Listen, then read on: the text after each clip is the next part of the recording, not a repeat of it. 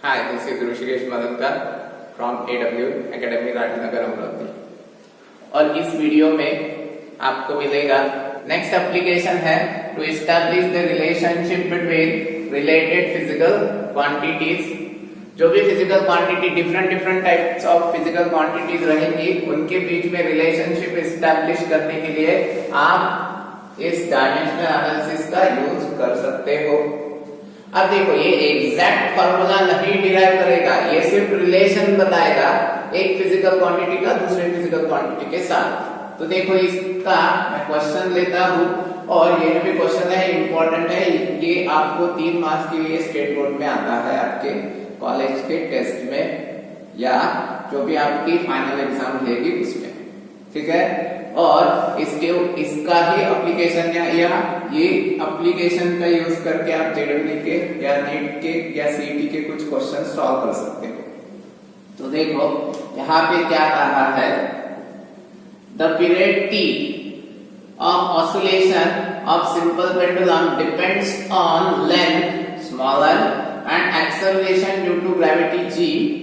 Derive the relation between t, l and g.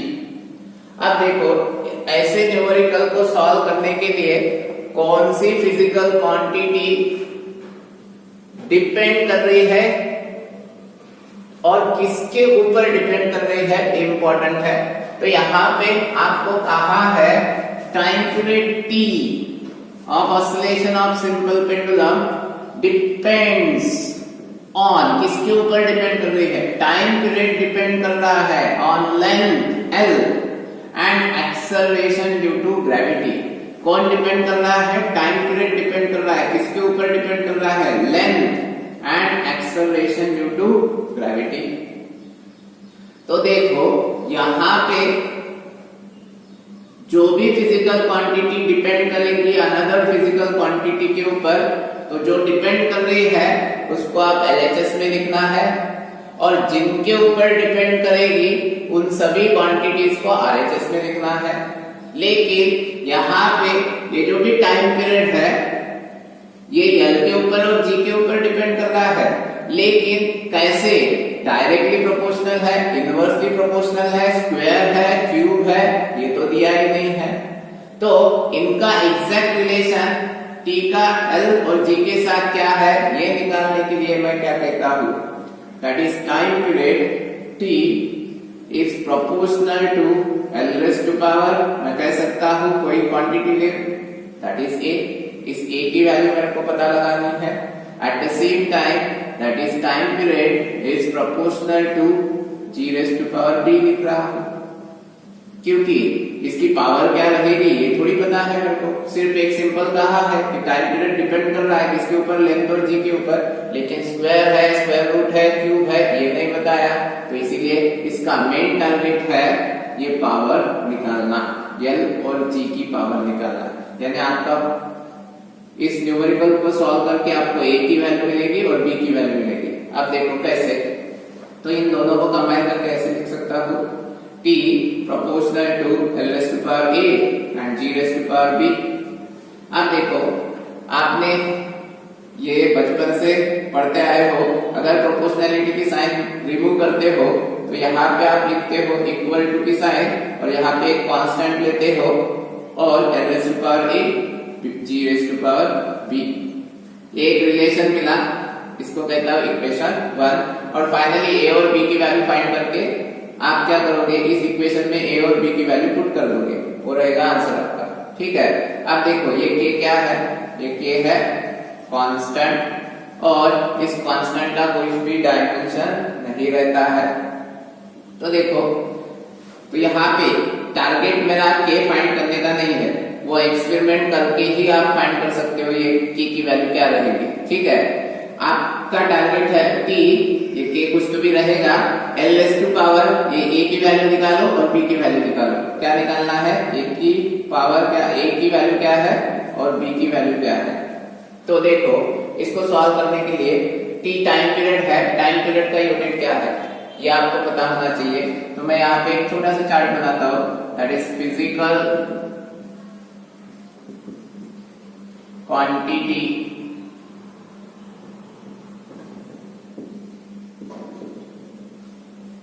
इसके बाद में उसका यूनिट और इसका डायमेंशंस। ये आपको समझने के लिए मैं बना रहा हूं। तो पहली physical quantity that is time period t, इसका यूनिट सेकेंड और इसका डायमेंशन t⁻⁴ ठीक है। Second physical quantity that is length, length का यूनिट मीटर और इसका डायमेंशन l⁴ इसके बाद में नेक्स्ट है acceleration due to gravity that is denoted by g। Acceleration का यूनिट आता है मीटर पर सेकेंड स्क्वायर, इसको लिख सकते हो metre to the power 1 second to the power -2। तो इसके ऊपर से इसका डायमेंशंस मीटर के लिए l और पावर 1 है तो l की पावर 1, सेकंड के लिए t और सेकंड की पावर -2 है तो t की पावर भी -2। इतना समझ में आया? अब देखो ये जो भी इक्वेशन 1 है, इस इक्वेशन 1 में t के जगह t का डायमेंशंस, l की जगह l का डायमेंशंस और g के जगह g का डायमेंशंस, ये k नहीं लिखता हूं क्योंकि ये कांस्टेंट है। तो देखो यहाँ पे क्या करूंगा, that is t equals to k l⁴a g⁻b। ये k नहीं लिखूंगा इसके बाद में क्योंकि वो कांस्टेंट है। तो देखो यहाँ पे t की जगह t का डायमेंशंस, तो t का डायमेंशंस t⁻1 ही आया, ठीक है।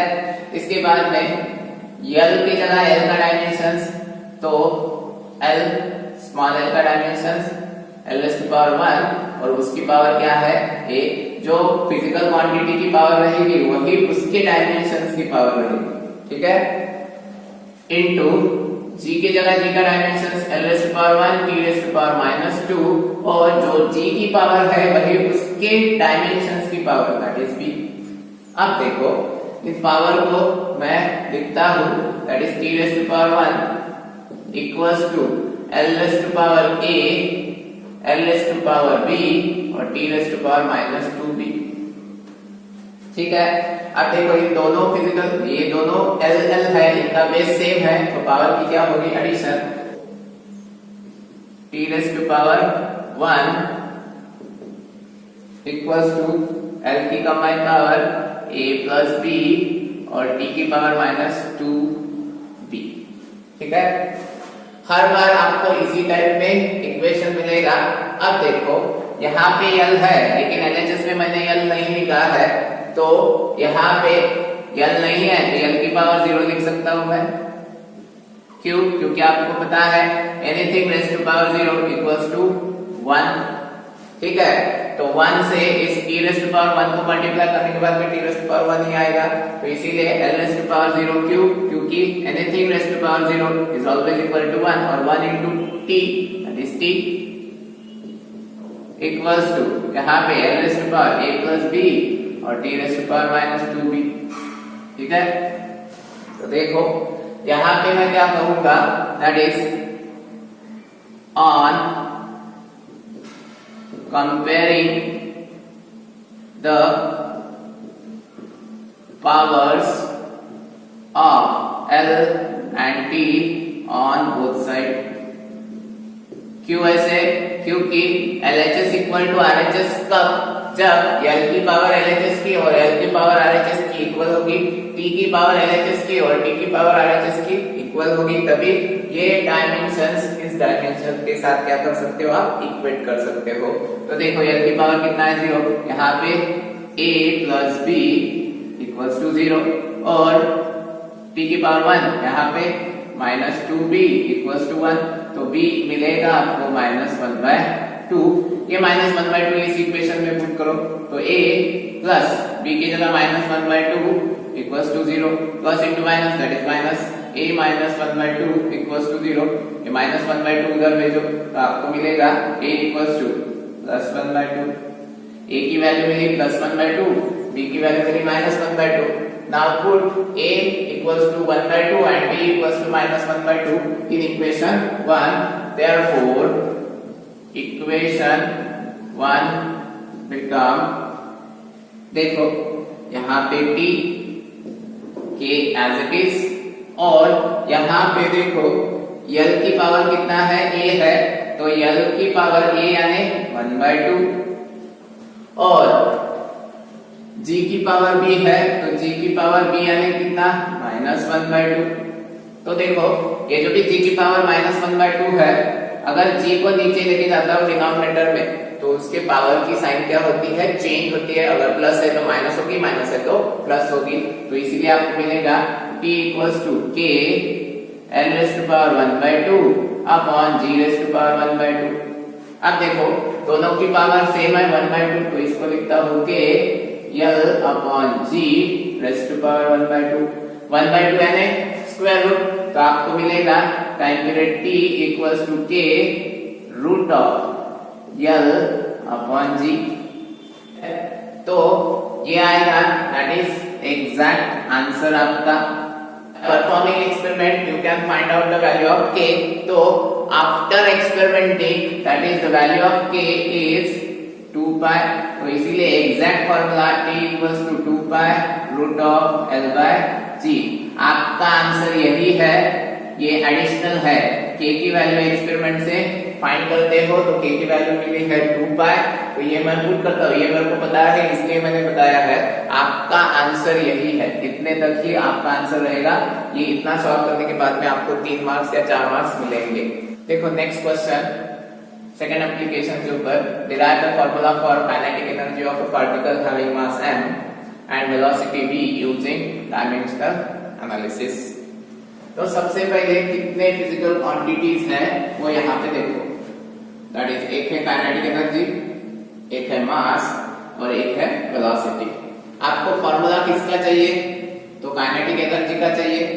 तो यहाँ पे अगर रिलेशनशिप एस्टैब्लिश करना है तो हमेशा एक बात याद रखना है, आपको क्वेश्चन में एक तो ऐसे दिया रहेगा, एक फिजिकल क्वांटिटी डिपेंड करेगी और दूसरे फिजिकल क्वांटिटीज के ऊपर।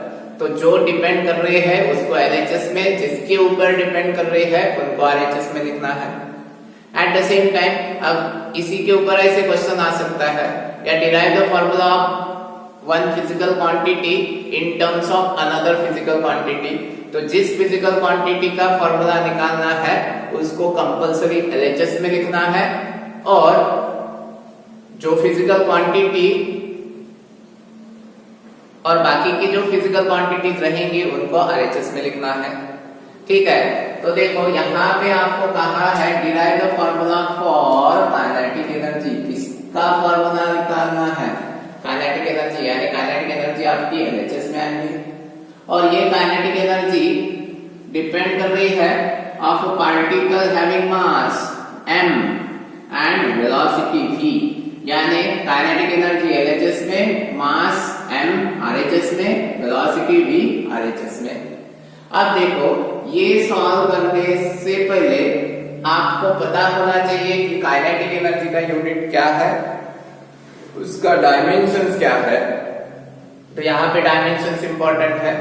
तो इसके पहले वाले वीडियो में आपने देखा है काइनेटिक एनर्जी का यूनिट जूल रहता है, और जूल का डायमेंशंस मैंने कहा था आपको याद रखना है।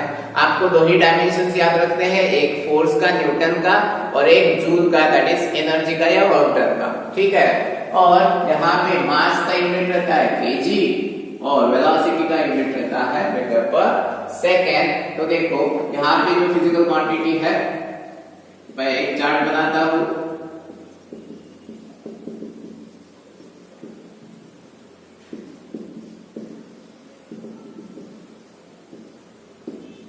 यहाँ पे लिखता हूँ यूनिट और यहाँ पे उसका डायमेंशंस। तो देखो फिजिकल क्वांटिटी काइनेटिक एनर्जी, इसका यूनिट रहता है जूल और इसका dimensions m raise to power 1, l raise to power 2, t raise to power -2। ठीक है, जिनको ये पता नहीं है उन्होंने इसके पहले वाला वीडियो आपको देखना है, उसमें आपको सब डिटेल मिल जाएगा इसका डायमेंशंस कैसे आता है करके। उसके बाद में नेक्स्ट है मास। मास का यूनिट रहता है kg, तो उसका डायमेंशंस kg के लिए capital M raise to power 1, यहाँ पे kg का पावर 1 है। और नेक्स्ट फिजिकल क्वांटिटी है वेलोसिटी। वेलोसिटी का यूनिट मीटर पर सेकेंड, तो metre to the power 1, second to the power -1, तो इसीलिए इसका डायमेंशंस आएगा l raise to power 1, t raise to power -1। ठीक है, अब देखो ये तो हो गए डायमेंशंस। इसके बाद में आपको कहा है इसका फॉर्मूला निकालना है काइनेटिक एनर्जी। तो मैं कहूंगा kinetic energy is proportional to m raise to power a, क्योंकि ये a की वैल्यू क्या है ये मेरे को पता नहीं है। इसके बाद में kinetic energy proportional to v raise to power b, ठीक है, क्योंकि आपका टारगेट रहेगा a और b की वैल्यू फाइंड करना है। तो इनको कंबाइन करके ऐसे लिखता हूं kinetic energy proportional to m raise to power a और v raise to power b। Proportionality की साइन रिमूव कर देता हूं तो kinetic energy equals to k m raise to power a v raise to power b, where k क्या है, that is constant, ठीक है।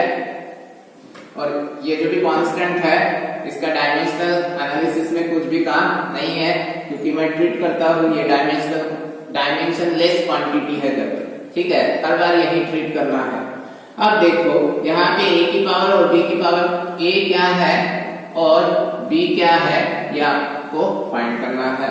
कैसे फाइंड करता हो तो देखो, दैट इज ये जो भी इक्वेशन बना है इस इक्वेशन को आप लिखोगे इक्वेशन नंबर 1, और यहाँ पे क्या करोगे इक्वेशन 1 में LHS में जो फिजिकल क्वांटिटी है उसकी जगह उसका डायमेंशंस, RHS में जो फिजिकल क्वांटिटी है उनकी जगह उनका डायमेंशंस, और जो पावर इन फिजिकल क्वांटिटी की है वही पावर उनके डायमेंशंस की रहेगी। तो देखो आपको मिला है kinetic energy equals to k m raise to power a and b raise to power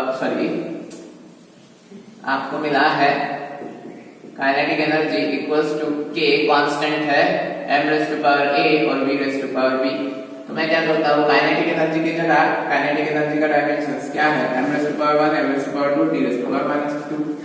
यहाँ पे m raise to power 1 m raise to power 2 d raise to power -2। k का डायमेंशंस नहीं रहता है तो उसका मत लिखो। m का डायमेंशंस है capital M raise to power 1 और उसकी पावर a, और वेलोसिटी का है l raise to power 1 t raise to power -1 और उसकी पावर कितनी है b। अब देखो m raise to power 1 l raise to power 2 t raise to power -2 equals to m raise to power a l raise to power b t raise to power -b, ठीक है। अब देखो यहाँ पे MLT के form में equation है, यहाँ पे भी MLT के फॉर्म में इक्वेशन है। ये LHS इक्वल टू RHS कब आएगी, जब मैं कहूंगा LHS के m का डायमेंशंस m की पावर LHS के m की पावर और RHS की m की पावर इक्वल होगी। सिमिलरली LHS की l की पावर RHS की l की पावर इक्वल होगी, और LHS की t की पावर और RHS की t की पावर क्या होगी, सेम। तो इसीलिए आप लिखोगे therefore कि on comparing the powers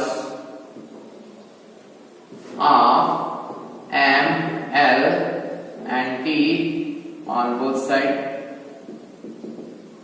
तो देखो m की पावर 1 यहाँ पे a है तो a इक्वल्स टू 1 मिल गया।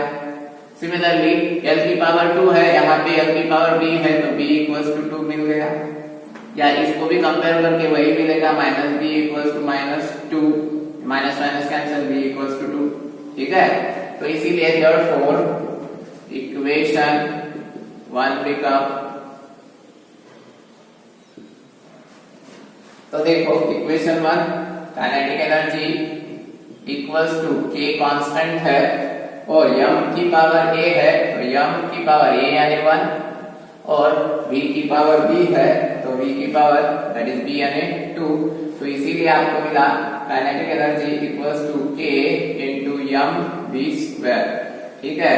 यहाँ तक आपका आंसर है, लेकिन बाय एक्सपेरिमेंट इस k की वैल्यू आपको मिलती है 1/2। तो correct formula that is kinetic energy equals to half m v square. ये एक्सपेरिमेंट के बाद में आपको मिलता है k इक्वल्स टू 1/2। तो आपका आंसर यही तक है, k equals to k that is constant m raise to power 1 v raise to power 2। समझ में आया?